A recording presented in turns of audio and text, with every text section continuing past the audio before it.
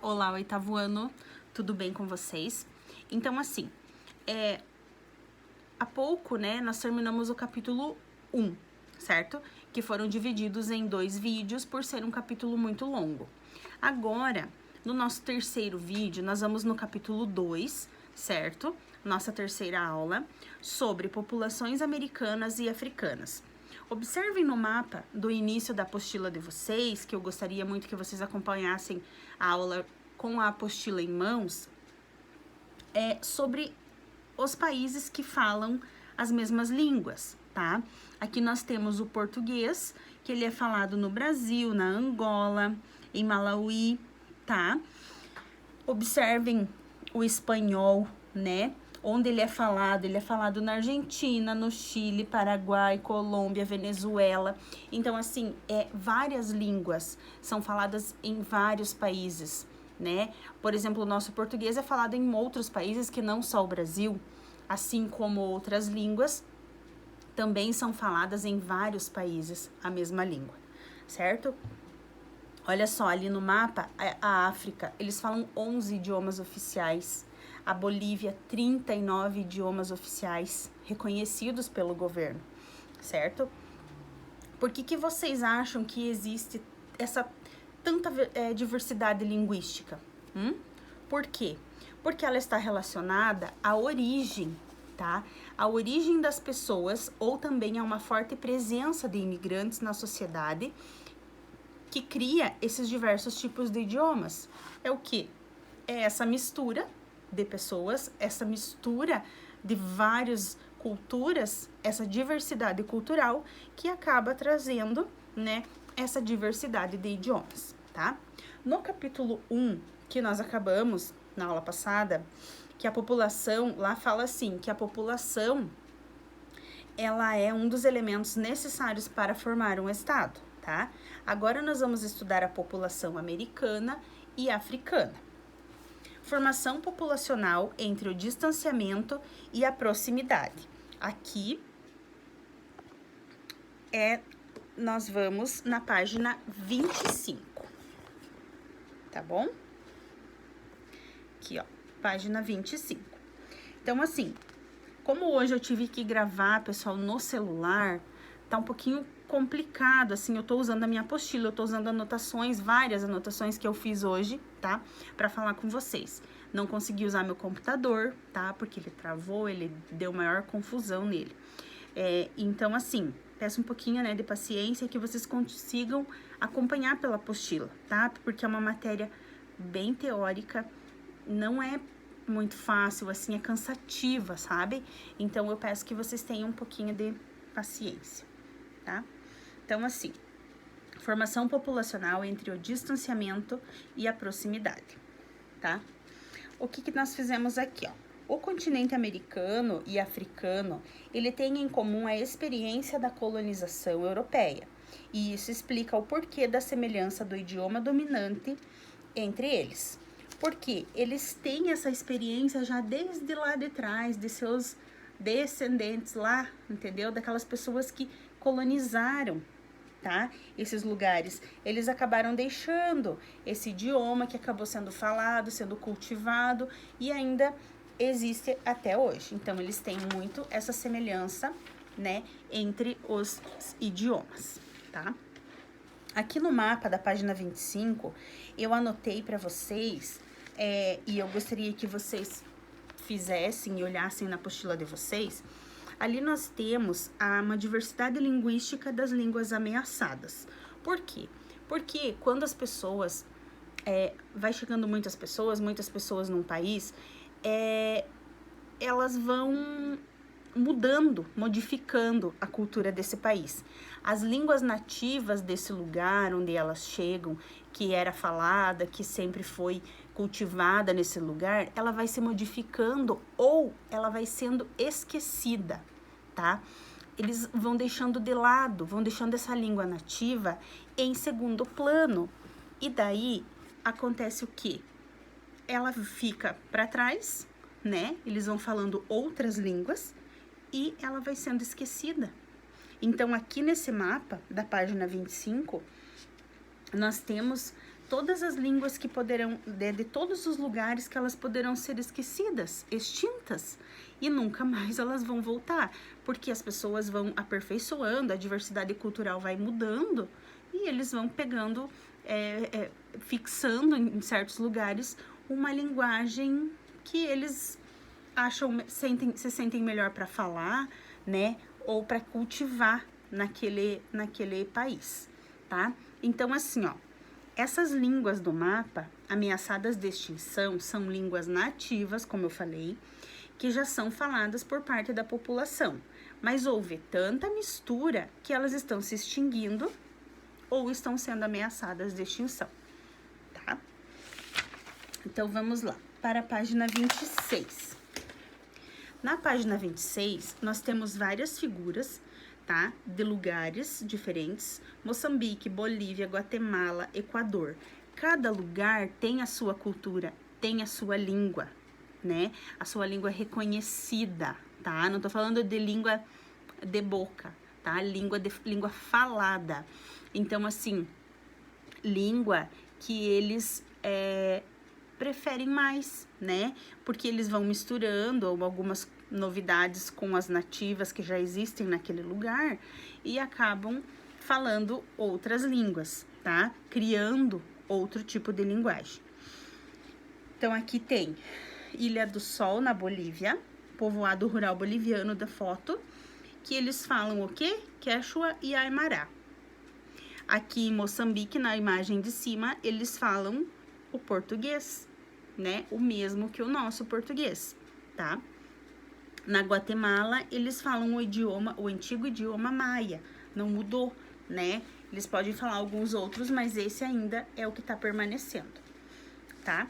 Na página 27, nós temos a história de repressão ao Guarani no Paraguai e o esforço para revigorá-lo. Então, assim, o Guarani é a língua falada do Paraguai, tá? É a língua oficial do Paraguai. Visto como uma língua vulgar e inferior ao espanhol por parte da população, o Guarani tem uma longa trajetória de repressão no Paraguai. Eles não queriam mais, né? Eles falam o Guarani, mas eles não têm o domínio do espanhol, porque em alguns lugares do Paraguai eles falam o espanhol, né? Então, eles significa o quê? Que essa língua seja excluída do Paraguai, né? O Guarani também é falado na Bolívia e no Chile, mas em menor escala, em alguns locais do Brasil e da Argentina, com variações linguísticas entre esses diferentes locais. Com esse passado de repressão e estigma social, no Paraguai, o espanhol segue como o idioma predominante nas escolas, no governo, na literatura, na justiça e empresas e imprensa, tá? Mas eles fizeram uma política lá de revalorização do Guarani, porque eles não queriam que essa língua tão típica da cidade, do país deles, fosse extinta, tá? E eles acabaram que, né, alguns grupos lá, eles pressionaram algumas figuras públicas e eles acabaram trazendo de volta, né, essa língua guarani, porque eles não querem que o Guarani seja esquecido, porque ele é uma língua nativa, tá, do Paraguai. Então, assim, ó, além dos idiomas parecidos, as pessoas também se parecem. Por quê? Porque há uma conexão entre o passado de colonização, gerando e deixando os seus descendentes, né? Eles acabam deixando, eles colonizavam tal lugar, e daí eles foram morrendo, foram ficando outros e outros familiares, e acaba que eles ficam se parecendo com o próprio lugar, né? Eles acabam tendo uma conexão especial com aquele lugar, certo? Como destino principal, olha só, o mapa da página 28, fluxos migratórios entre os séculos 16 e 20.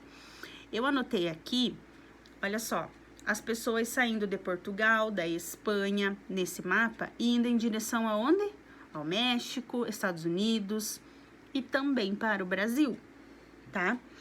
Como destino principal, esses imigrantes vieram para a América, alguns africanos principalmente forçados e escravizados, onde até hoje exercem influência nas danças, culinária, religião e até mesmo de técnicas agrícolas, tá bom? Então, assim, vamos lá para a página 29. diferentes dimensões do colonialismo. O colonialismo entrou em decadência após a Segunda Guerra. Sobraram poucos locais, como os das antigas colônias, e um deles é a Guiana Francesa, que faz divisa com o nosso Amapá, lá em cima, no cantinho lá do mapa. A Guiana Francesa é um território ultramarino francês. É um território da França e tem boas relações com sua capital, Paris, tá? Aqui nós temos um quadro na página 29 das diferenças. Podemos fazer uma comparação entre os aspectos do colonialismo na América e os aspectos do colonialismo na África, tá? Eles têm várias diferenças, certo? Descolonização e formação dos estados, página 29. Ao descolonizar e formar estados, na maioria das vezes, foi muito violento. Por quê? Eles envolviam exércitos das metrópoles, tá?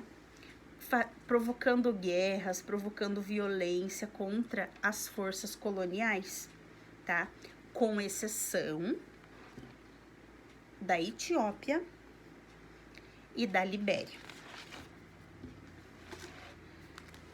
Quanto à África, os seus líderes que foram educados nas metrópoles, nas grandes cidades europeias, aos poucos foram conseguindo apoio popular e assim formaram alguns estados pacificamente, né? Nem tudo foi guerra, certo? Eles ainda conseguiram, de alguma forma, formar alguns estados com mais calma, né? Não utilizando de guerra e violência. Oposto a isso, os Estados Unidos e a União Soviética, que não tinham colônias, apoiavam movimentos de independência. Eles davam apoio militar e ensejavam guerras de independência contra as metrópoles entre grupos internos pelo poder. Então, o que eles faziam? Eles davam uma cutucadinha para que, mesmo que através de algum tipo de guerra, algum ato de violência dentro do próprio país, houvesse essa briguinha, né, entre os grupos internos do país, porque vocês sabem que todos os países têm vários grupos dentro dele que são um contra o outro, né, não são todos a favor um do outro. Então, eles faziam isso, tá? Eles incentivavam lá uma briguinha para que pudesse ocorrer a independência de algumas colônias, certo? Na América, a descolonização ocorreu nas 13 colônias inglesas, que passaram a se chamar Estados Unidos da América. Depois dos Estados Unidos da América,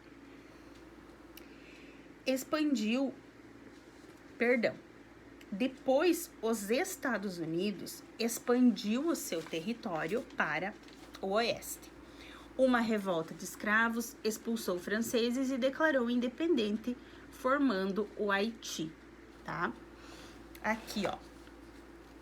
Embora, na página 30 da apostila, embora fosse uma época de comunicação muito mais lenta do que estamos acostumados, os relatos desses eventos se espalharam por todo o continente, promovendo expectativas de independência entre os líderes das colônias, assim como revoltas populares dos escravizados, tá?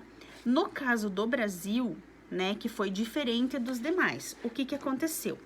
No caso do Brasil, a família real portuguesa escapou das garras de Napoleão, tá? Ao se mudar para o Brasil em 1808, onde eles permaneceram por mais de uma década.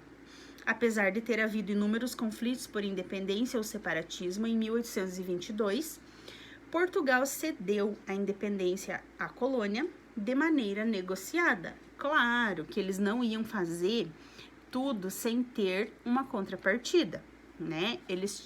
Você veja que já há negociação entre os governos desde muito antigamente, certo? Instaurando uma monarquia com sistema parlamentarista incipiente. Esta levaria muitas décadas para abolir a escravidão, somente em 1888. Este cenário de independência negociada entre colônia e metrópole, seguido de um governo monárquico constitucional, só se repetiria com o Canadá em 1867.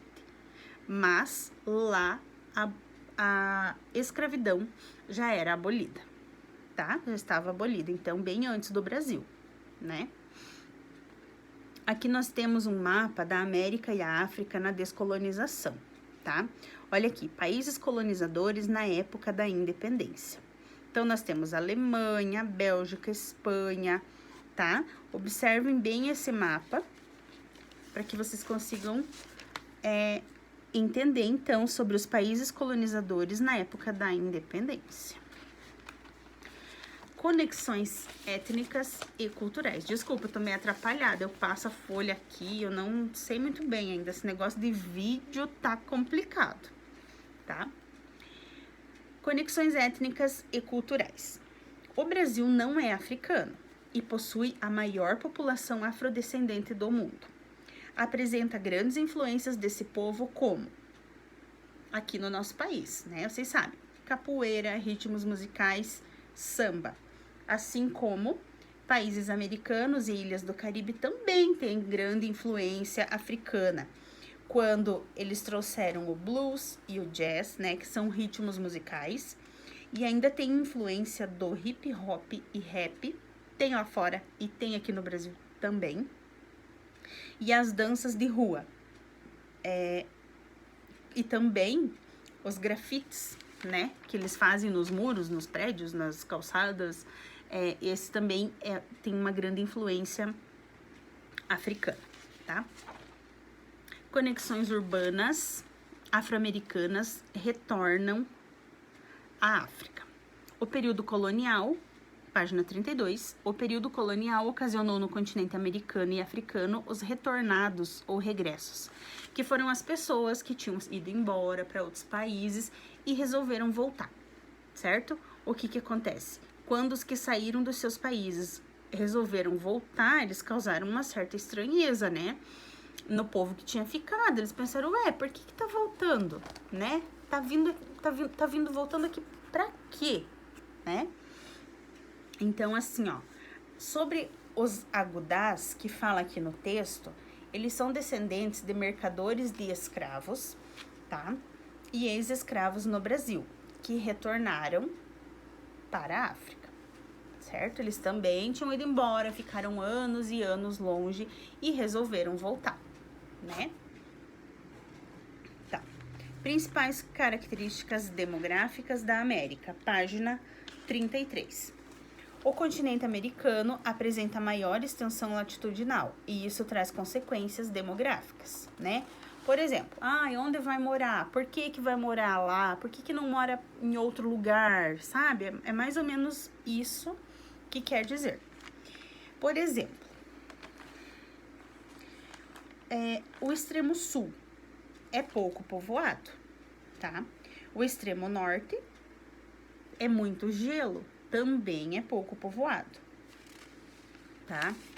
Na América Latina, são 32 quilômetros de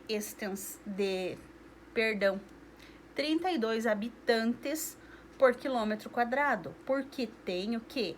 Umas áreas de difícil ocupação, tá? Não se pode morar em qualquer lugar.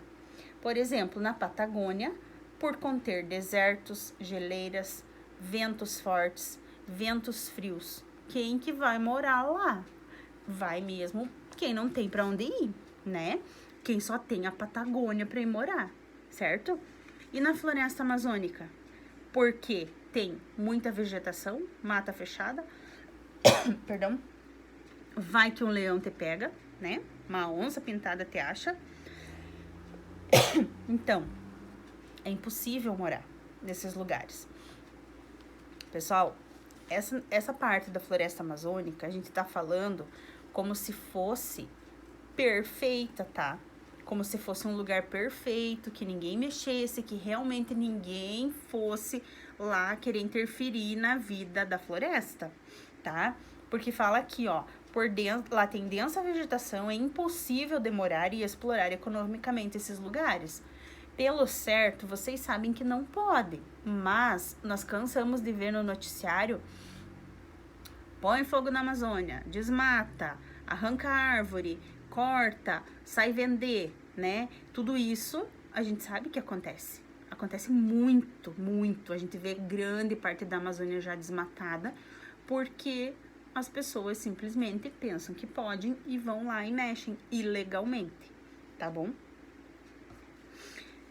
Com exceção desses extremos, né, floresta amazônica, Patagônia, a população se concentra mais próximo à faixa litorânea, certo?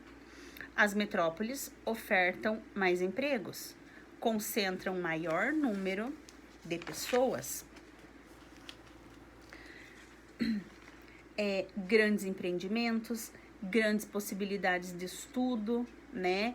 Grandes universidades, elas trazem um conforto, um acesso maior para a população, tá?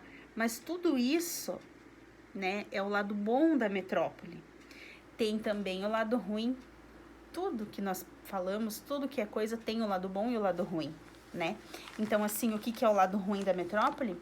Que essa grande concentração de pessoas, ela traz problemas sociais, como pobreza, falta de saneamento, criminalidade e violência, né? Existem muitas pessoas, não tem casa para todo mundo, não é todo mundo que consegue uma casa para morar, certo? Então, existe tudo isso, criminalidade, fome, pobreza, mora na rua porque não tem onde morar, não tem emprego para todo mundo porque não é todo mundo qualificado para trabalhar.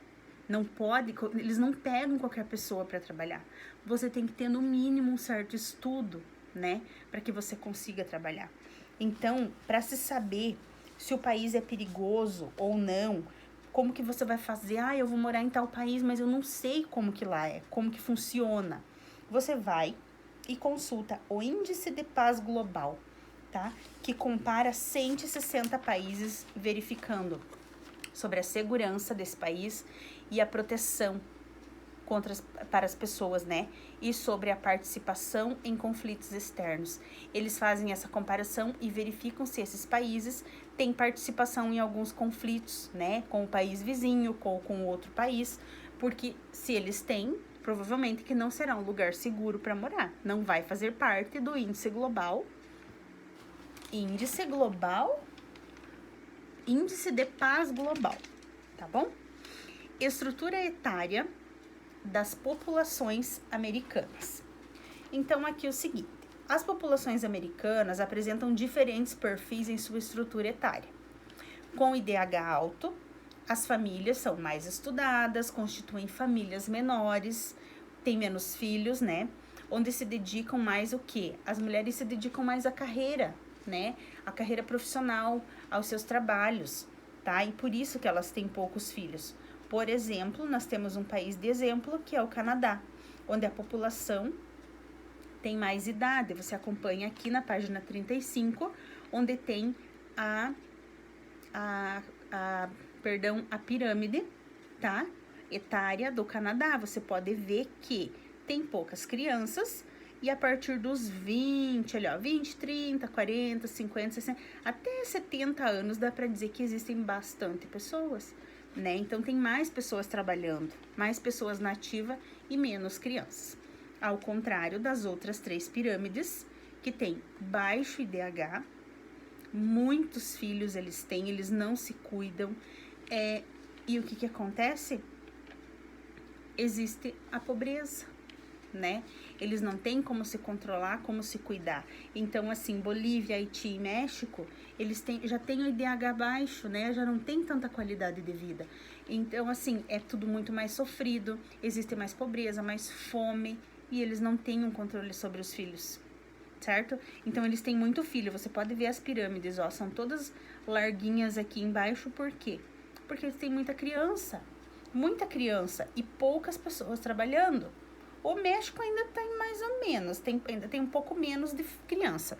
Agora, Bolívia e Haiti, e são países também muito pobres, né? Que eles acabam sofrendo com isso, tá?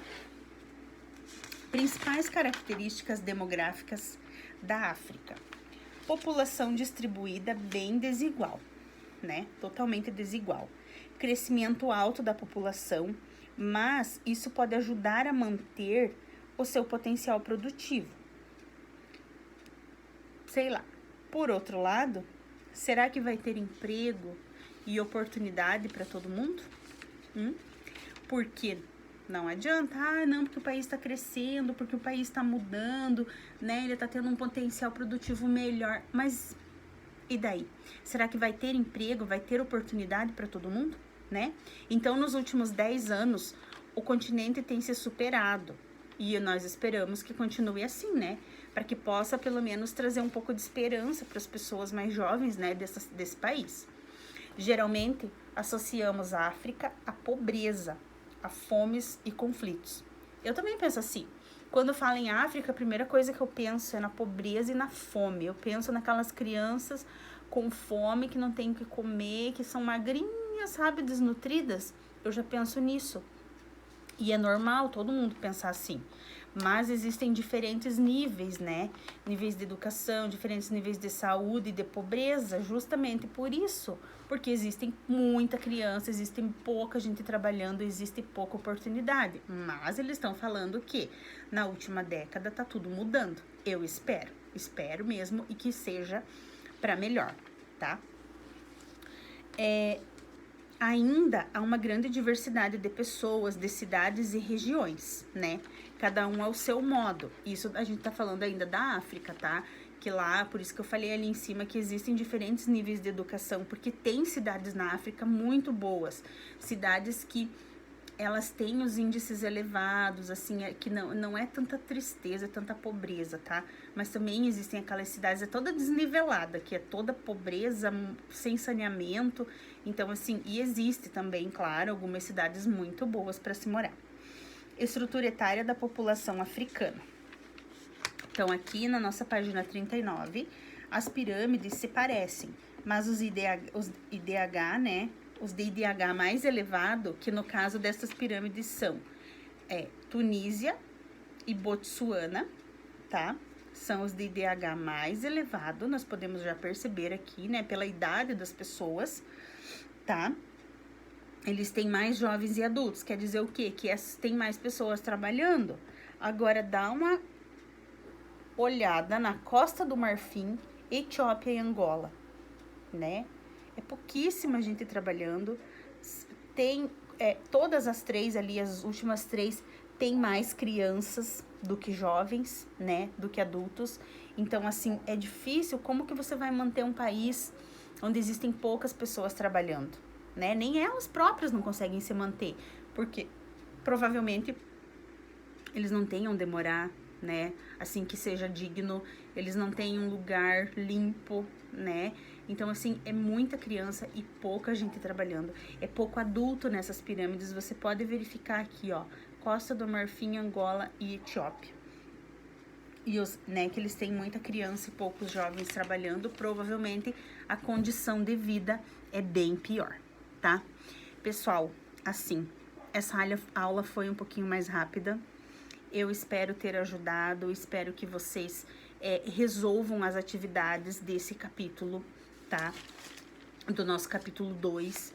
Me devolvam com fotos sobre as tarefas feitas de vocês. Se tiverem dúvidas, vocês podem me chamar, vocês me chamam no WhatsApp, vocês me ligam, como vocês quiserem.